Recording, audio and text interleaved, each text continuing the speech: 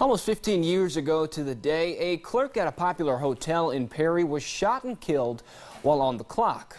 Police officers had checked in with Carlton Green Sr. just an hour before, and everything was fine.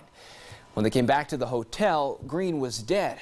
And now one lieutenant tells me he's puzzled with how this Middle Georgia cold case went south so quickly. Routines. Police officers in Perry go by them all the time, patrolling areas throughout the city, including hotels. One May night in 2000 was unlike any other. We had an officer come by on May the 29th about 11:30 at night, checked on the clerk, Mr. Green, actually saw him sitting in the hotel lobby.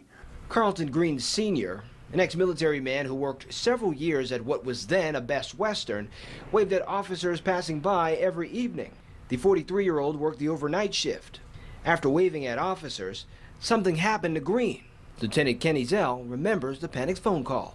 Received a call back about 12:30, just about an hour later, and referenced some shots fired and some folks screaming in the hotel. Green was dead.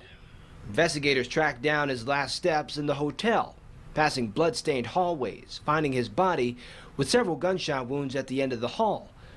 But what happened? It appears that the suspect chased Mr. Green down the hall, fired 4 shots at Mr. Green. Mr. Green was struck in the leg several times and knocked to the floor at that time.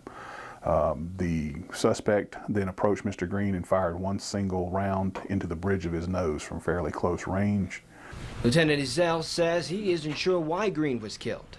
Haven't found anything that would lead us to believe he was the target of of some person's rage, other than somebody came in to rob the place and he was unluckily caught in that. The longtime detective adds Green had little family in the area, and Ezell hasn't been in contact with them in years. Everybody that I've spoken with has spoke highly of him. This used to be where the Best Western was located, just off I-75 in Perry. Lieutenant Ezell says he's frustrated with this case because a few months prior to the murder, there was a robbery at the hotel. He says if cameras had been installed, solving this case would have been a lot easier.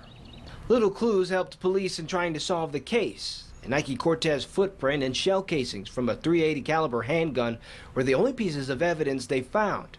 Detectives interviewed every hotel guest and people at nearby stores and restaurants and were led to this man. No name, but a rasterized image based off descriptions of the robber from the months before.